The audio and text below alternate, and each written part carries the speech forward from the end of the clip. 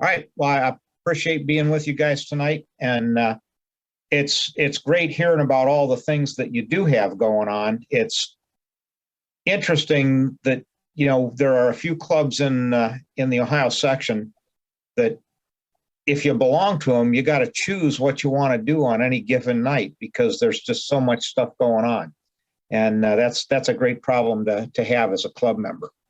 But tonight I want to talk a little bit about a couple of different things. It won't all be boring ARRL business. I want to tell you a little bit about myself and where I've come as a ham. And well, I'll just get into it here. I think. Well, I'm sharing. There we go. Okay. So on the screen there is a picture of a Hammarlund HQ 110 receiver. And my dad and mom bought that for me for Christmas. I think it was about 1965. And my dad paid $50 for it. It was a great radio. It got me excited about radio. And I lived in Lakewood for about a year and a half with my grandparents and my parents while they were building a house. And I was relegated to the third floor attic. And I used the metal bed springs for an antenna up there. And I had a ball with that receiver. I sent away a lot of requests for QSL cards as an SWL. And almost every one of them was returned to me with a card. And I thought, boy, these ham guys are really something. But before we moved to my grandparents' house, I kind of grew up on the west side of Cleveland. And there was a ham that lived right behind us. And, from 0 to age 10, 11, 12, I kind of knew he was doing something special over there because there were rooms in his house that we weren't allowed to play. I played with all his kids too. And his name was Stan Hillman, W8FZS. And when I got a little bit older, 11 years old, I signed up for Boy Scouts because that was something that I had always wanted to do. And early on in one of the Boys Life magazines, there was an article on how to build a crystal radio set. And I took it to my dad and said, hey, let's build one of these. And my dad looked at it and said, nah, you go talk to Mr. Hillman behind us. And I think he could help you with it better than I could. So I took it over there and talked to Mr. Hillman. And within about 20 minutes, without him looking at it, the magazine, we had a crystal set running. And I was hooked on radio from that point on. And it took me till it was December of 1967. And we had actually moved to Aurora at that point in time. And that's just another screen on the Hammarlund HQ 110. But I went back, and Mr. Hillman and another guy in Fairview Park there gave me my novice test. And it was in December of 67, and it was in February of 68 then that I finally got my letter from the FCC with my call sign, WN8AAB, and that's my QSL card there. And, the first thing you got to ask yourself is what kind of a guy would have let that call go? But I did. At the end of the 2 years, I let it go. And about 6 months later, I got my technician class license. And that's where I got the call sign WB8LCD. And I've had that ever since. So from about 69 till today, I've been WB8LCD. Early on, the phonetics I used were WB8 lowest common denominator because the LCD had not yet been invented. So that's what I did. But anyhow, as a kid, I would go over to Mr. Hillman's house and play with his kids and everything. And I always referred to him as Mr. Hillman because that's what kids did back then. And when I got my license, I still wasn't 16 yet. So the next time my parents were back in Fairview, I went with them. I took my novice license with me, and I went over to Mr. Hillman's house and, very proudly showed him my license. and started to say something to Mr. Hillman, and he stopped me and he said, "Hey, no more of this Mr. Hillman stuff when we're doing ham radio stuff together."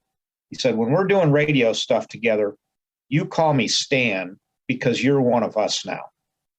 And I can't tell you how much that has stuck with me through the years, just as a feeling of like I was a part of something. I belonged to a group of people. I was on a first name basis with an adult, which wasn't very popular or common back in the late '60s, early '70s. So I was living kind of large at that point in time, and I would have to say that ever since then, I have viewed the ham radio community as probably one of the most friendly, one of the best places that I could be. All of my best friends pretty much are hams. My recently departed this world business partner was a ham. I just, ham radio is my life. I'll put it to you that way. But I think there's just a sense of fraternalism that I don't know if it's disappearing, but it's something that I really think we need to work hard to maintain with amateur radio. And I appreciate the opportunity to serve with the ARRL. I have met over the last couple of years a whole bunch of really nice people. And there's a couple that maybe aren't quite the way I'd like them to be, but for the most part, everybody is just super nice. Anyhow, here's a group of some really nice people. I'm in the middle there. That's just kind of what we do every year at Hamvention. There's a group of us that we meet in the parking lot every Saturday morning for I don't know how many years for Bloody Marys to get the Hamvention started. And it's just a great group of guys, great group of people, and it's one of the things that I enjoy the most about ham radio. It's just the people that I've met and the people that I'm friends with. So anyhow, going back to 1968, my first transmitter didn't work out. It was a borrowed transmitter that my dad had some Navy buddy that had built it right after World War II. During my first QSO, one of the oil-filled capacitors in the rig got a little too hot, shorted out, and blew up. So and it was a real crowd pleaser, but I went with Mr. Hillman, Stan, and a couple of his buddies to Dayton Hamvention shortly after that. That was the first ham fest that I ever went to. So I'm kind of stuck on Hamvention as being a great place. And I bought this Night Kit T150 transmitter there and brought it home, and it worked. And that was my novice transmitter. But the point I want to make here is that, lots of people talk about ham radio being a really expensive hobby to get into. Well, that HQ-110 receiver was made by Hammerlin from 1958 to 1969. And through that whole run, the suggested retail price for that radio new was $249. Mine was bought used in 1965 for $50. So if you took the $249 new in 1965 dollars, applied an inflation factor to it, in 2022 dollars, that would be about $2,272.65 for that receiver. That was a really good receiver. I had a lot of fun with it. The $50, if I'd have got it used, if you take that time the inflation rate, that comes out to $456. So still kind of doable. The Night Kit T150 was made in the early 1960s. I happen to have a 1963 Night Kit catalog laying around, and I priced it out at $119. I got mine at the 1968 Hamvention for $75. So that's $75 in 1967 would be about $645 today, or the $119 to get one new in $65 would have been about $1,086 in 2022 dollars.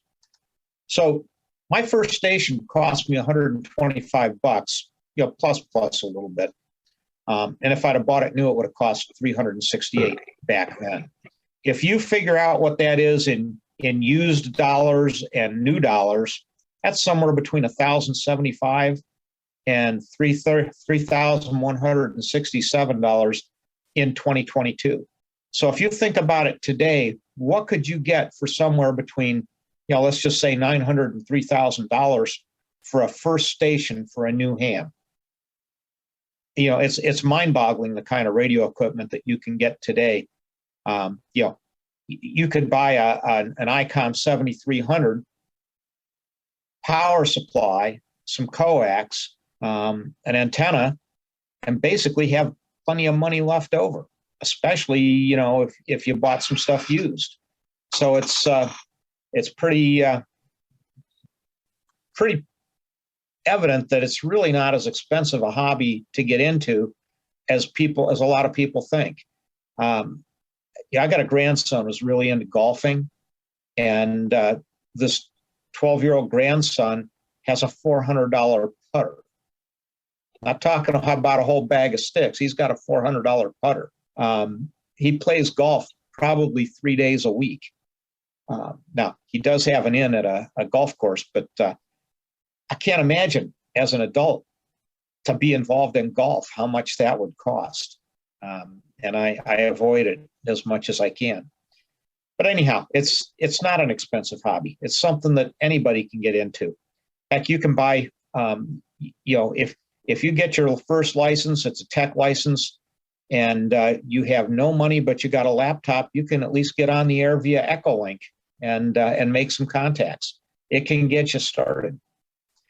From the amateur radio technician class course, in this thing here, you also notice that in addition to a transmitter and receiver, well, nowadays you got to have the power supply. We can figure that in. You also got to have an antenna. We got to figure that in. And most people today don't see a TR switch, but that was something that had to be between the transmitter and the receiver back in those days. And you literally threw a switch on the receiver, which activated the TR switch. And that's exactly the TR switch that I had hanging on the wall, complete with exposed wire terminals for the 110 volt AC that went into it to activate the relay there. And that would switch the transmitter when you switched it on the receiver. That would switch the antenna to the transmitter and also mute the receiver so that you could transmit without having a problem. That's built into just about any rig that you're going to get these days. So I left that off the price. Anyhow, just for the fun of it, I don't know if you guys have been involved in FM since the beginning, but it was in the mid 70s that I got my first 2-meter FM rig, and it was a Galaxy FM 210. And that's a picture of it there. It's a black box. It had a microphone jack on it and 3 switches across the front. One was on-off volume squelch, and the other 2 were both 3-position switches for crystals, 3 transmit crystals and 3 receive crystals to put you on whatever combination of frequencies you needed to have to work the local repeaters at the time. And that was, I think it was 3494 and 9494. 94 was a simplex frequency, and 3494 was a repeater. So you could get by with only 5 out of the 6 crystals if you were cheap and you wanted that 3494 9494 split. So that worked out pretty good for me. Anyhow, right now, as of today, the estimated population, as of January 1st, of the United States is 332 million and a few more. That's a bunch of people. But the number of U.S. active amateur radio licenses on September 3rd of 2022 was 772,501. And that's like or 0.23% of the population. I mean, that's a small number. And it's interesting. I did a program similar to this back in April. And in April, there were 778,386 active amateur radio licenses. And this is all off the FCC website as posted on the ARRL pages.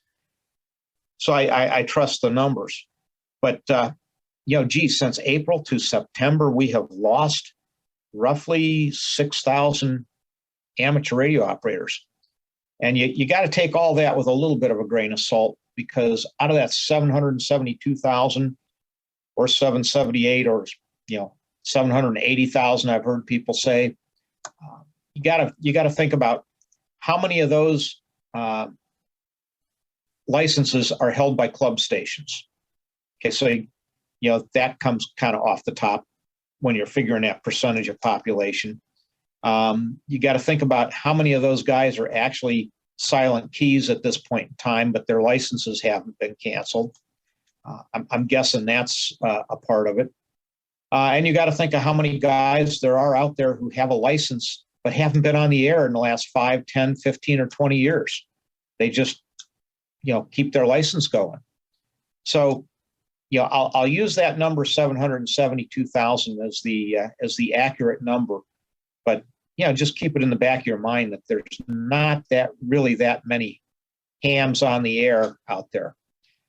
But one of the other interesting things here is that United States hams make up about 25% of all hams worldwide. So, we think the bands are pretty crowded, but I think there's probably a lot of room for more hams to come along. As of September 3rd, out of that 772,000, there were 6,454 novice licenses still active. Now, I got to ask you, how many of those people with a novice license do you think are still on the air? I think that's just guys that are either silent keys or have not canceled have not been on the air, but just keep the license going. The one I find the most interesting is that there are 390,502 technician class licensees, which makes up a whole 50% of all ham radio operators. Let me rephrase that, of all ham radio operator licenses in the United States. And I got to wonder how many of those are guys that have gotten their license in the last 10 years and never did anything with it. We've all had guys come to our class. We've had guys come to our license exams, and they pass, they get their tech ticket, and you never hear from them again. That'll be something we can speak to a little later here. 186,000 have a general class license. 34,945 have an advanced class license, and 154,000 have an extra class license. So technicians make up about 50%. General class licenses are just a fuzz under 25%, and extra class licenses make up the rest, about another, and I lump the advanced class in there with them too. So that's another 25% of all hams. In the grand scheme of things, I really think we lose a lot of people in that tech area because we don't take the time to get them involved with a club, to get them on the air, to get them excited about the hobby. When a guy comes in and he studies, maybe 6 to 8 weeks for his license, goes and takes his exam, he gets his license, he's now a licensed amateur radio operator. That was an event. He went, he took the test, he's got his license. That was an event. That got him licensed. Becoming a ham is a process. It takes time. It takes experience with other hams. It takes experience getting on the air. It takes experience researching things and figuring out for yourself how they work. It's not something that just happens overnight. And I think that's where we lose people. We don't get them engaged in the processes that are going on. A lot of clubs and a lot of places, even in other parts of the world, are doing what they call technician class boot camps or new ham boot camps, where once they go and get that technician class license, they come, maybe for a long Saturday or a few Saturdays in a row, and some of the people who have experience take them through some of the things that you have to do to know how to really be a ham radio operator, particularly leading them towards getting the general class license. And so that might include things like, hey, how do you build a dipole antenna? How do you use an SWR meter to tell if your antenna's going to operate the way it should? How do you put a PL259 on a piece of coax cable?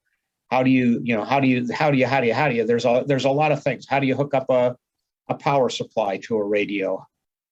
There's just a lot of things that until you do it a few times, it's going to be tough. And if you get the license, kind of mail order, you're not involved with a group and you don't have people to show you all these things, it's hard to get access to the materials and the things that you need to do it and the expertise to show you how to do it. You just don't move along. And again, our goal needs to really be to push people towards the general class license, because really going from tech to general, it's not a huge leap as far as the knowledge base goes. You don't have to learn a whole lot more to go from one license class to the other. But I think most people will tell you the operating privileges that you get going from tech to general, it's a huge jump forward. You get all operating privileges, or not all, but operating privileges on all bands, including the HF bands, where there's a lot of fun things going on there, even though the future lies in the VHF, the UHF, and the super high things. But there's always going to be things going on in HF, and that's where for most of us anyhow, I think a lot of the excitement lies. Now, going from general to extra, you don't get a whole lot more in operating privileges. You get a little bit of slice at the bottom of each band, but it's a huge leap in the knowledge base that you have to learn. It's going to take some studying and some work to get that class license. So that's why I say the general class is what everybody should be guided up to. And it would be nice if that general class license was the 50% as opposed to the technician class. Okay, so now I got to ask you, and this will be a rhetorical question, but just think about this for a minute. Which state do you think has the most hams in it? And which states do you think, which 5 states do you think are the 5 that have the most hams in them? And the answer is a little surprising sometimes. California, I think most people would expect that to have the largest ham population, and they do. The next closest one is Texas, and it's about half that. Then Florida, then the state of Washington, which that kind of surprised me. But other than knowing about Boeing and Microsoft, there's some technical type people up there. And then Ohio is the 5th largest state as far as ham radio operators go, which I think that's kind of amazing.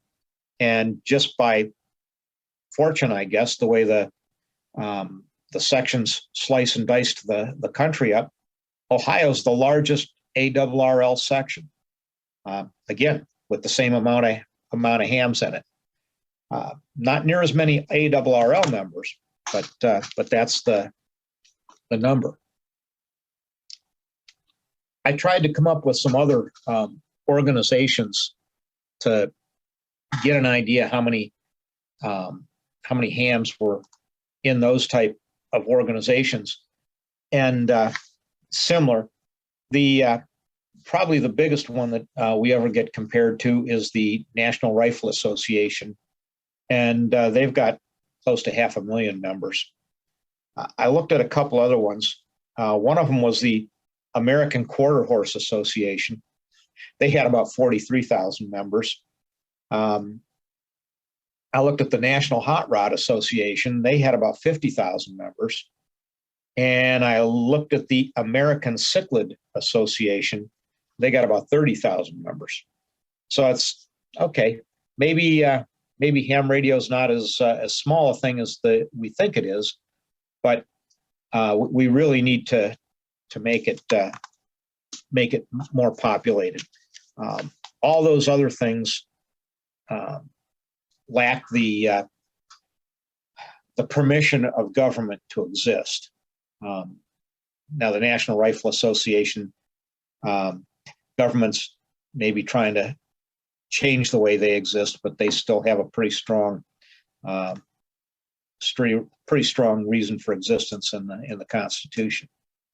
Anyhow, the ARRL, again, I've been a ham since 1968. I've seen administrations come and go, and I've always looked at people talking about the ARRL in terms of who was running it, and some were good, some were not so good.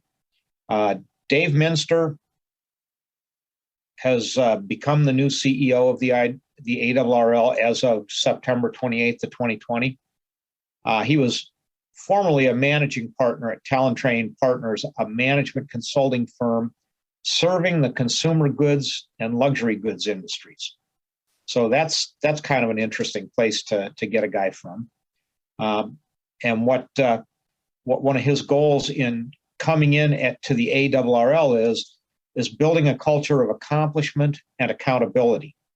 And I think that if you look past the last, let's say 2 decades, we've had some issues with things getting done, and certainly some issues with accountability.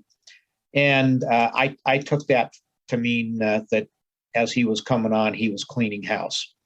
And he has done that to a certain degree. You'll notice a lot of people have retired, a lot of people have moved on. And so there's been some transfer of the people running the show and doing the day-to-day business of the ARRL. So just with that background, there's going to be some issues. One of the big issues has been the ARRL website. And the last major overhaul that was done to that website was done in the late 1980s, early 1990s. I don't know how many of you remember when that happened, but there was a lot of weeping and gnashing of teeth back then, just like there has been earlier this year. Although that came and went rather quickly. It's not entirely finished. There's a lot that still has to be done. But what happened back in the late 80s, early 90s is the website was built, but then there were a whole bunch of other components to what the ARRL was doing with their data processing and computer systems. And they had a whole bunch of different databases, and none of the databases were really talking to each other. So 4 years ago, when I became the affiliated clubs coordinator in Ohio, I was told that, okay, you can go to the ARRL website and you can look up all this stuff. But if you want to go to get the real information, you need to go out to what they called the big club website, which is something that not everybody had access to, but it had more up-to-date information on clubs and what was going on. So the problem was there were a lot of parts to their data processing that just weren't talking to one another. And I think they're working on that and trying to get that resolved. And there have been some issues along the way, but it's been in the planning stages for over 5 years. And every year it was supposed to have been done, and nothing happened. And when Dave Minster came on board, he decided, we got to get this show on the road. And he started his career as a software engineer. So I give him some credence for knowing what he's talking about and knowing how to pick the right people and get the job done. And we're headed for that. I think it's going to get, it's going to still take a little bit more time, but I think it'll be worth it as it goes along. It's already operating to what we see a whole lot smoother. So, hopefully the roughest part to that is over. Next year, the 2023 ARRL handbook is going to be the 100th edition of the handbook. And it's promised that it's going to be a very special edition. What that means, I don't know, but we'll see when it comes out. They're also working at getting the W1AW Maxim Memorial Station on the National Registry of Historical Places. And it's hoped that that's going to happen sometime mid-year next year. And they want to tie the ceremony into the release of the 100th handbook edition and do that stuff all at once and make a big deal out of it. So that's something to look forward to. In the Ohio section here, we've started a section YouthNet.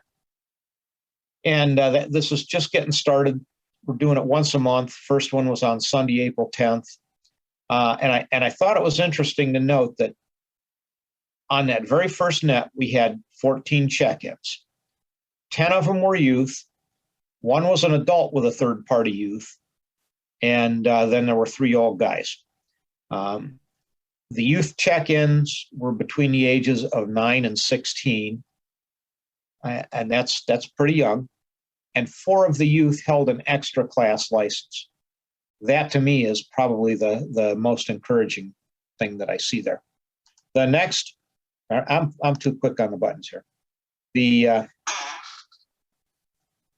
next YouthNet is going to be Sunday, September 12th. The nets take place on the K8IV repeater here in Kent, Ohio, which I know you guys probably can't reach it directly, but there is an Echolink hookup to it. It's the K8BF-L Echolink node, and that makes it so that pretty much anyone from anywhere that has access to Echolink can check into it. So any youth with a novice, or excuse me, a technician class license and a laptop or desktop computer with internet is welcome to check in, and we look forward to having them on our net. So you guys have been talking about getting some of your grants, and I'm happy for that. Apparently you gotten grants outside of the big deal that was just going around here. But for 2022, they were planning on having 2 rounds where each round would give away approximately $250,000 in grants. And I think they were shocked. In the first round, they received 128 applications asking for $1.74 million, which was just a bit more than what they had to pass out. So it was probably a tough job to narrow that down, but they did narrow it down to the grants of 24 different clubs, and those grants totaled $270,000. And surprisingly enough, 2 of those grants went to Ohio section clubs, the Atara Club and the Westchester Amateur Radio Association. So that's kind of interesting. The next round of funding starts tomorrow, and there's an ARRL Zoom meeting tomorrow evening. And I had sent a section blast out this morning earlier that had the link to that. So, if you think you have some more good ideas, get a grant submission in. It can't. The worst they can say is no. The best is that possibly you could get something. As you know, there are other grants available to clubs from the ARRL. Usually they're up to about $3,000, but take advantage of whatever they might make available to you. And I include in that the new club commission program, which has changed quite a bit. I didn't put a slide here on that, but the club commission program is a pretty good deal in that any of your members can make an application to the American Radio Relay League to become an ARRL member and make it through the club. Now, the ARRL has the application form. They fill it out. They give all the information. If they're going to pay by check, they make the check payable to the American Radio Relay League. If they're going to pay by credit card, there's information on the application where they put the credit card information. They give it to the club secretary. The club secretary bundles them up on a weekly, monthly basis, sends them all in at the same time, doesn't do any accounting. All the funds go through the ARRL, and the ARRL has promised that all commissions will come back to the club as a check, and the check will be mailed out within 1 week of receiving the applications. So they're not going to sit on it. But under the new program, the commission to the club is $15 for every new member that comes into the ARRL, and you can also renew your membership to the ARRL through the club program, and the club gets $5 on each of those renewal applications. So that's a pretty good deal for the club. Just another way that the ARRL is trying to support clubs, because I think, as Jesse said earlier, clubs are going to be key to the ham radio hobby surviving into the future. In the recently issued 2020 annual report of the ARRL, so they're a little bit behind, but still kind of interesting. The ARRL is the only organization representing amateur radio operators to the U.S. government and internationally through the IARU and the ITU.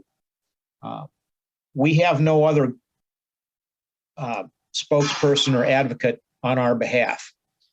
And yeah, we're in Part 97 of the rules, which is adopted by Congress. We could be taken out just as easily as we were put in. If you recall, the ARRL was started in 2014, and it was shortly thereafter World War I came about, and that was probably the first time that amateurs were told you don't have the privilege to be on the air. And so hams went for a couple of years off the air. The war was over, and at the end of World War I, amateur radio was under the auspices of the U.S. Department of the Navy. And the Secretary of the Navy apparently thought ham radio did not need to exist. And he did not give permission for amateur radio operators to come back on the air. And it went for quite a while. And it was the ARRL who lobbied Congress and actually got a representative to put a petition in front of Congress that basically said that the director of the Navy had to give a reason why ham radio shouldn't exist, or by default they would be reinstated. Well, he didn't answer it, so by default ham radio was reinstated, and the hams got back on the air. But they've tried once, and it was the ARRL that saved us then, and we don't have anyone else looking out for us. And it's if you look at a frequency spectrum allocation chart, and lots of companies put them out, it looks kind of like a quilt with all different colors and things on it. But it's interesting to note how big some of the allocations in the RF spectrum that amateur radio has as a primary basis for our own use. And if you look across all the spectrum that we have, I would have to guess it's worth somewhere between billions and trillions of dollars, if not more. You know, I don't know how to count that high, but we have a lot at our disposal. And there are a lot of people that would like to take that for government purposes, for military purposes, for business purposes. We need someone watching out for us. And with the ARRL, again, I keep saying they're the only ones that that we have. In the 2020 annual report, they state that we have 158,494 members in the ARRL. And that is only about 20% of all hams. And that's a pretty low number. And it's the same for the state of Ohio, too. We pretty much fit in right into that average. So when government does things, they do things based on money and the number of constituents that are going to be benefited by what they're doing. Our numbers are small, and we need to really work hard at that, or we could lose our hobby. For 2020, dues remain the largest source of revenue for the organization. Dues brought in $6.77 million for the year. Publications and product sales were next with $3.8 million. Advertising accounted for $1.6 million. Voluntary contributions, I think that was pretty interesting. $2.53 million. Yeah, even more than advertising. That's something to be said, that there are some, ham radio operators, I think, have a feeling amongst ourselves that, yeah, we're a bunch of pretty tight guys, especially when it comes to, parting with a buck. But apparently there's some people out there that had at least $2.5 million that they could let loose to the ARRL because they thought it was important enough to do that. And the other thing that's interesting there is that 890,000 of those came from bequests. I don't know the size of those bequests, but I would think that